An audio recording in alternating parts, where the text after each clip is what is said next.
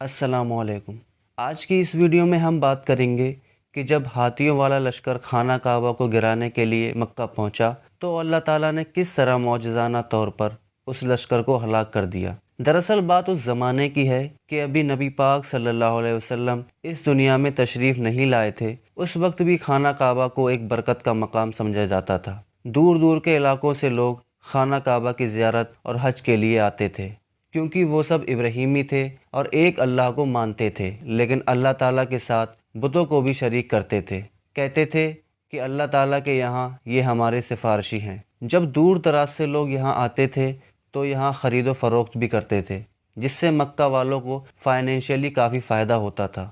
اس وقت یمن کا ایک بادشاہ تھا جس کا نام ابرا تھا، جو کہ کرسچن تھا۔ وہ اس سب کی وجہ سے مکہ والوں سے کافی جلتا تھا۔ اس نے بھی یمن میں کعبے کے مقابلے پہ ایک بلڈنگ تیار کروائی، جس سے کہ خانہ کعبہ کی رونق کم ہو جائے اور یہاں بھی دور دراز سے لوگ آئیں تاکہ اسے بھی فائنینشلی کافی فائدہ ہو۔ لیکن لوگوں نے اس میں دلچسپی نہیں لی، بلکہ ایک عرب نے تو اس میں پخانہ یا پیشاب کر دیا۔ اس پر ابرا کو بہت غصہ آیا۔ اس نے انتقام لینے کے لیے خانہ کعبہ کو گرانے کا ارادہ کیا اور اپنے لشکر کو لے کر، جس میں ہاتھی بھی شامل تھے، وہ مکہ کی طرف نکل پڑا۔ مکہ کے قریب پہنچ کر جب ابرا نے پڑاؤ ڈالا تو مکہ کے لوگ اس فوج کو دیکھ کر خوفزدہ ہو گئے، کیونکہ اس فوج کا مقابلہ کرنے کی ان میں طاقت نہ تھی۔ مکہ والوں نے اس فوج کا نام اصحاب الفیل یعنی ہاتھیوں والا لشکر اور اس سال کا نام عام الفیل یعنی ہاتھیوں والا سال رکھ دیا۔ خانہ کعبہ کی ذمہ داری قریش کے سپرد تھی۔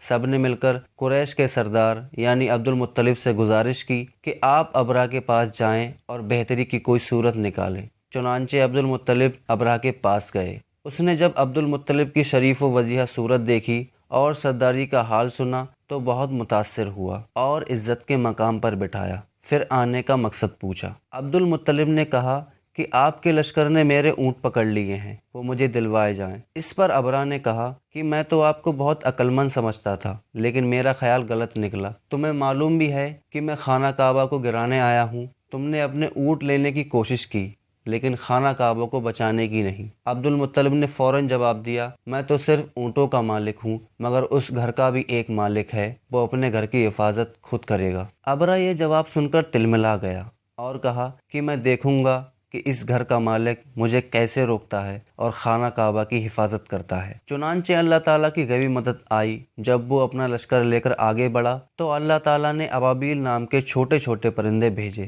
جو اپنی چونچ میں چھوٹے چھوٹے پتھر دبا کر لائے اور آسمان سے لشکر پر وہ پتھر پھینکنا شروع کر دیے۔ جب اتنی اونچائی سے کوئی چھوٹا سا بھی پتھر نیچے گرے تو ظاہر سی بات ہے وہ ایک گولی کی طرح لگے گا۔ جب وہ کنکڑیاں اس لشکر کے ہاتھیوں اور آدمیوں پر پڑی تو سب کے سب کاسف معقول یعنی کھایا ہوا بھوسا بن گئے۔ پورا کا پورا لشکر کھائے ہوئے بھوسے کی طرح زمین پر بکھر گیا۔ چونکہ اسی سال حضور صلی اللہ علیہ وسلم اس دنیا میں تشریف لانے والے تھے اور عرب کے لوگوں میں بھی اتنی طاقت نہیں تھی کہ ہاتھیوں والے لشکر کا مقابلہ کر کے خانہ کعبہ کی حفاظت کر پاتے، اس لیے اللہ تعالیٰ نے معجزانہ طور پر خانہ کعبہ کی حفاظت کی اور حضور صلی اللہ علیہ وسلم کی پیدائش والے سال کو ایک یادگار سال بنایا، جسے مکہ کے لوگ عام الفیل یعنی ہاتھیوں والا سال کہتے تھے۔ اللہ تعالیٰ نے اس واقعے کا ذکر قرآن پاک میں سورۃ الفیل میں کیا ہے۔ یہ بہت بڑا واقعہ تھا اور اس واقعے سے ہمیں پتہ چلتا ہے کہ اللہ تعالیٰ چاہے تو ایک سیکنڈ میں اپنے نافرمانوں کو